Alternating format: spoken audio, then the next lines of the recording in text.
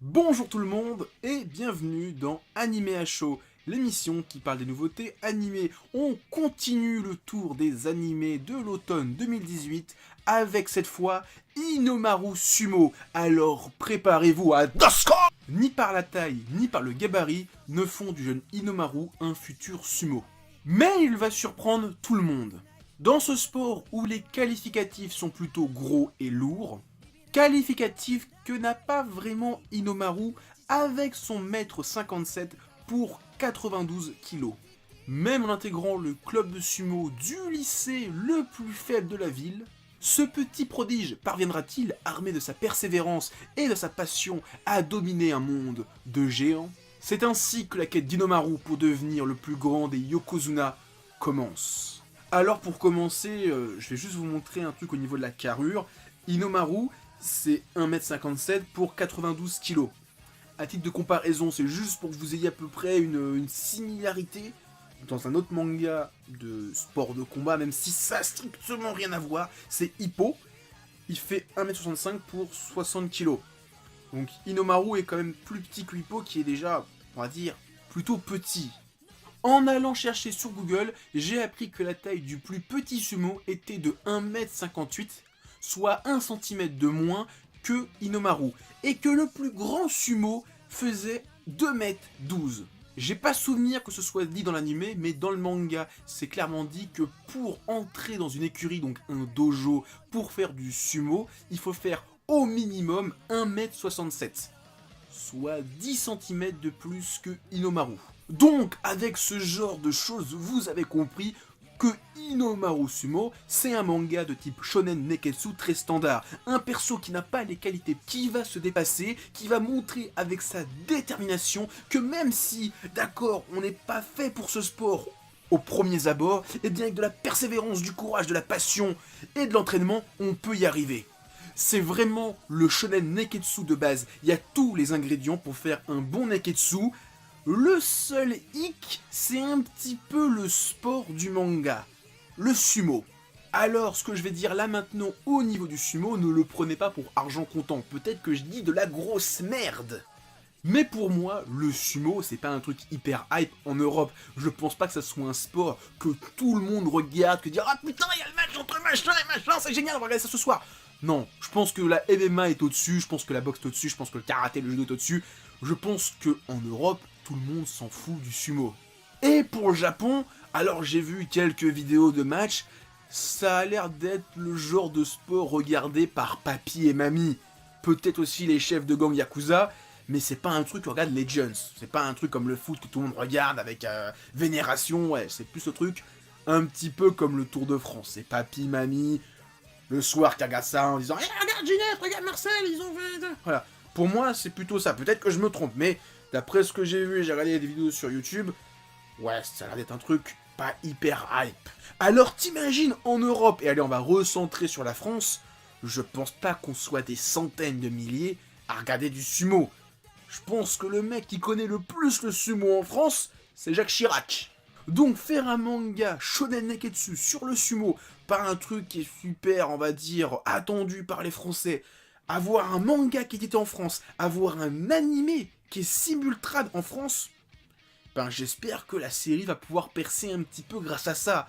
Je sais pas si elle est hyper hype en France, bon en tout cas je kiffe le manga, l'animé, et j'ai des trucs à dire dessus.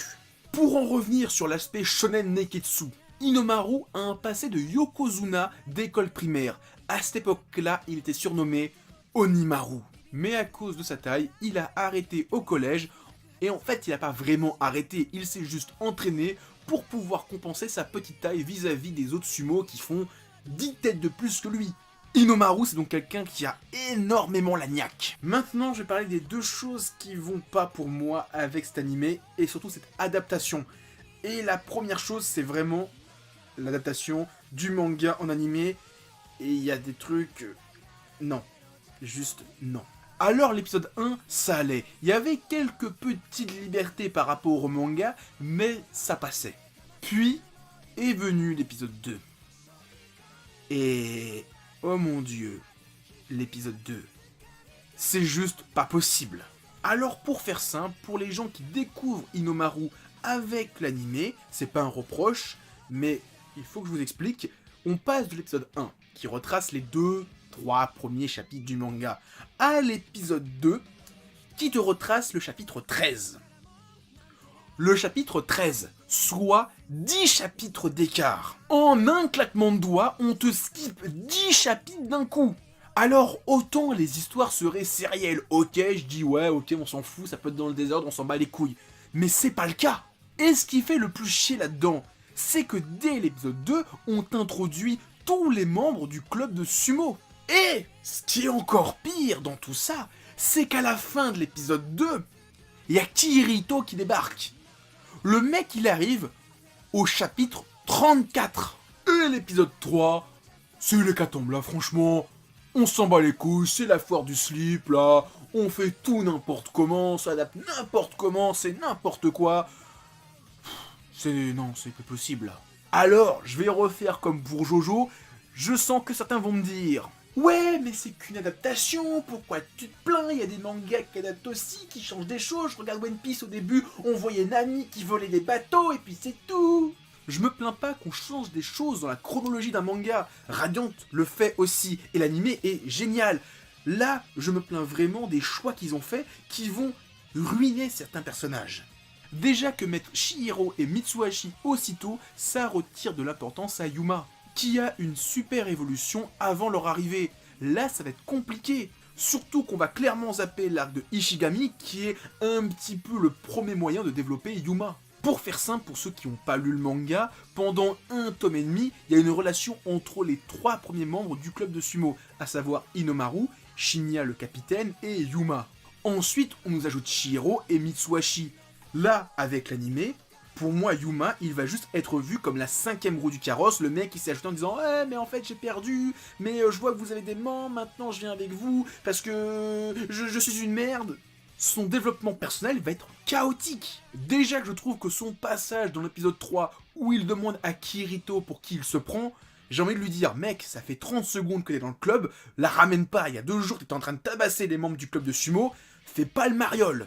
Alors que dans le manga, ça passe qu'il dise ça à Kirito parce que il a eu du vécu avec le club, il a déjà fait quelques trucs avec eux. Là, à part avoir tabassé le capitaine et avoir fait le ménage dans le club, il a rien fait du tout. C'est pareil pour Rena qui a le même comportement que dans le manga, sauf que elle, on sait pas qui c'est en fait. Elle a le même comportement que dans le manga, sauf qu'elle a pas le même vécu que dans le manga. Scène du sumo dans l'épisode 2, elle est complètement gratuite et illogique pour les spectateurs, parce qu'on sait pas qui elle est. Dans le manga, on sait déjà un petit peu qui elle est, donc quand on la voit haïr les clubs de sumo, c'est logique. Dans l'animé, tu sais pas qui elle est et pourquoi elle fait ça. Et là, je vais en revenir à Kirito. Bordel de merde, quand ce personnage il arrive dans le manga, ça a pris un coup dur. C'est pas un random qui pop comme ça. Le mec, c'est un peu un power-up, il est là pour entraîner les personnages. Après qu'ils aient un petit peu atteint leurs limites tout seul, il va les entraîner. Et là, quelles limites ils vont pouvoir dépasser? Les mecs, ils viennent juste de commencer le sumo, ils ont encore rencontré aucune difficulté. C'est débile de le faire venir si tôt. Et avec l'épisode 3, on a l'arrivée de Kuze Sosuke, qui est pour moi le grand rival de Inomaru. La première fois qu'on le voit dans le manga, le mec, il soulève Inomaru comme un bébé. Ensuite, on le voit dans un tournoi et il bat 1 à 1 Chihiro, Yuma et Inomaru pour montrer que le mec, il est au-dessus du game. Dans l'animé, il y a exactement le même combat entre Sosuke et Inomaru. Tout ce qu'il y avait avant, ça a été oublié. C'est dommage. Parce que tout ça, c'est pour montrer la puissance du personnage. Là, on le montre puissant, mais tout ce que j'ai dit avant, ça le montre encore plus puissant, encore plus menaçant. Certes, dans l'animé, il est menaçant, parce que franchement, quand tu le vois, tu dis « Ouais, il est Stokos ». Mais tout ce qu'il a fait dans le manga, mais le mec, quand il vient pour affronter Inomaru, et tu sens que c'est un match de folie. Là, c'est juste le match de l'épisode 3.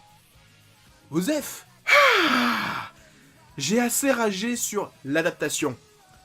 Passons maintenant sur l'animation. Et là aussi, ça va pas du tout. Pour moi, l'animation est à la fois très jolie, il y a des très belles images, franchement tu dis « Oh, c'est beau, c'est bien dessiné », mais en même temps, c'est cruellement pauvre. Déjà, au niveau de l'intensité, bah pour moi, y a rien du tout. Hein. Quand je vois les personnages se percuter, j'imagine pas deux putains de Sumotori qui se tapent dessus à pleine puissance. Bah... non, franchement, je sens pas cette puissance qu'il y a dans le manga. Dans le manga, quand tu vois les images, et pourtant, dans le manga, c'est juste des images, c'est pas de l'animation. Tu sens la puissance des impacts. Dans l'animé, excusez-moi de le dire, même avec la musique, même avec les bruitages, même avec les mouvements, j'ai pas cette puissance qu'il y a dans le manga. Même les scènes de vitesse entre guillemets, si vous regardez bien, c'est des fucking plans fixes avec juste les effets de vitesse qui clignotent. Dans le manga, tu sens que le mec il va super vite. Ben, dans l'animé, je vois juste un sapin de Noël, hein. Je vois pas un mec qui va super vite, je vois juste un mec qui s'arrête et il y a des effets de vitesse, des traits qui font clic clic clic clic clic clic clic clic clic clic clic clic. Ça donne zéro intensité. Les passages où Inomaru fait ses attaques ultimes, c'est des trucs de ouf dans le manga, tu vois un putain d'arrêt sur image. Dans l'animé, c'est pareil, il y a un putain d'arrêt sur image, mais par contre, t'as zéro intensité, tu sens pas la puissance, encore une fois, qu'il y a dans le manga qui est pas retranscrite dans l'animé. Honnêtement, allez lire le manga, vous allez voir cette puissance bestiale qu'il y a dans le dessin. Ben, je trouve qu'on la retrouve pas dans l'animé. Il y a vite fait dans l'épisode 1 un passage en noir et blanc qui est super cool, mais tout ce qu'il y a avant et après, ben c'est plutôt bof bof. Et après 3 épisodes, ben pour moi, c'est le seul épisode qui rendait un petit peu hommage au manga Inomaru Sumo. En conclusion, ben, sincèrement, je suis très déçu de cette série. Franchement, je l'attendais. Je me dis, putain, un animé Inomaru Sumo, ça va être génial. On va entendre des putains de claquements, des putains de bruits. Quand ils vont se cogner dessus, ces deux putains de sumotori, les mecs, ils vont se taper dessus, ça va faire des putains de bruits, ça va résonner dans la baraque. Ben, non. J'espère au moins que l'animé va donner de la visibilité au manga, parce que bon, ça reste quand même un manga de sport de baston, ça va attirer des gens. Mais très clairement... l'aventure animée, je l'arrête là. Je continue le manga parce que je trouve que le manga est génialissime, mais l'animé, j'arrête. 3, 4 épisodes grand max, et après, je me tire. Je continue le manga, l'animé, peut-être de loin, peut-être que je jetterai un petit peu de temps en temps, mais non, là, faut arrêter. Là, je vais pas envie de souffrir.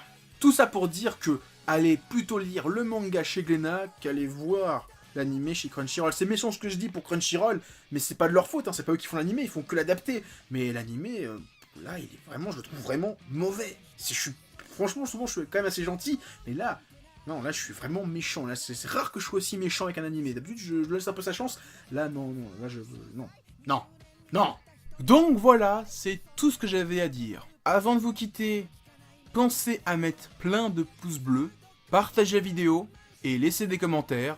Et surtout, en description de cette vidéo, vous trouverez des liens pour aller sur mon Facebook, mon Twitter et mon Discord. Allez, à plus tout le monde et continuez à lire des mangas.